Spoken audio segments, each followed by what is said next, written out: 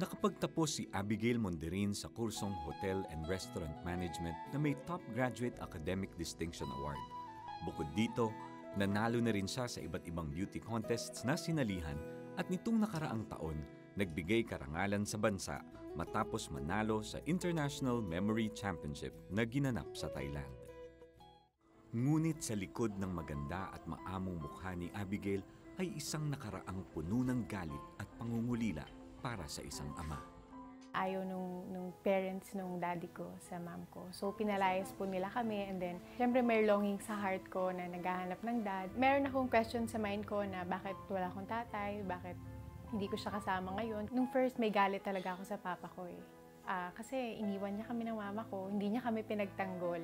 Nagkaroon din ako ng konting galit sa mama ko kasi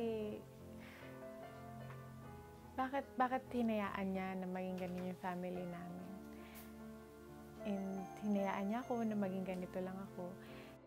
Gayunpaman, sa maayos na pagpapalaki sa kanya ng masikap na ina, natuto siyang pahalagahan ng pag-aaral.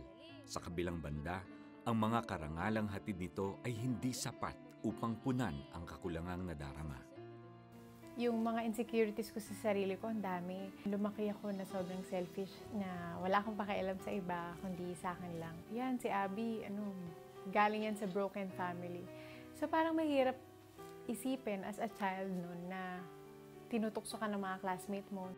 Sa paglipas ng panahon ay tuluyan nang gumaling ang sugat sa puso ng kanyang ina at muling sumubok sa pag-ibig. Subalit hindi ito ikinatuwa ni Abigail. Yung stepdad ko, nire-reject ko talaga siya kasi ayoko nang may umagaw sa mama ko. Unti-unti, natanggap ko na siya, kung sino siya. Naging mabuting tao naman siya sa akin. And dahil doon, naramdaman ko kahit konti kung ano yung feeling na magkaroon ng isang ama. Kahit na hindi ako galing sa kanya talaga. Kalaunan ay nakapagpakasal ang dalawa at nagkaroon siya ng mga kapatid. Yung attention, wala na sa akin yung spotlight ng mama ko, nandun na sa kapatid ko. Madaming times na ginawan ko sila ng masama. Ang iniisip ko, kailangan ko makaganti sa kanila. Mahirap akong mag-show ng emotions kasi I always have this feeling na marireject ako ng tao, na I have the fear of that rejection.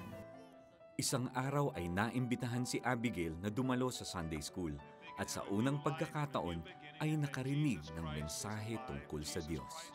Kahit kala mo sa sarili mo na walang nagmamahal sa'yo, pero meron. So parang sa akin, sino yun? Sino yung nagmamahal na yun? Sabi niya, merong Diyos na nagmamahal sa'yo. Kahit hindi ka pa pinanganak, mahal ka na niya. At may maganda siyang plano sa buhay mo. Yun yung gusto kong marinig, matagal na. Nasabi ko, sino yung magmamahal sa akin kahit ganito akong tao. I received Jesus Christ in my heart as my Lord and Savior. I asked also for forgiveness. And then sinabi niya na kung pinatawad ka ni Lord, dapat handa ka na din magpatawad sa ibang tao kung sino may nagkasala sa'yo. Humingi din ako ng sorry sa mga kapatid ko.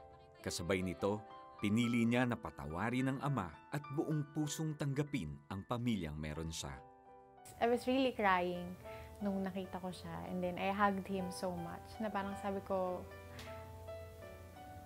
pa, bakit ngayon ka lang nagpakita sa akin? Ang laki ko na.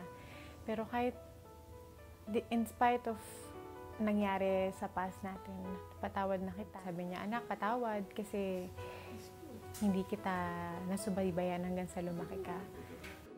At bukod sa pagbabagong hatid ni Hesukristo, sunod-sunod na biyaya din ang natanggap ni Abigail matapos na manalo sa iba't ibang kompetisyon. Sa patuloy na pagharap ni Abigail sa buhay, isang bagay ang hindi niya malilimutan. The Lord is close to the broken heart. Si Lord, close pala siya sa'yo and kaya niyang gamutin kung gaano man kalalim yung sugat na nasa puso mo, kaya niyang gamutin. And sa Kanya may panibagong simula.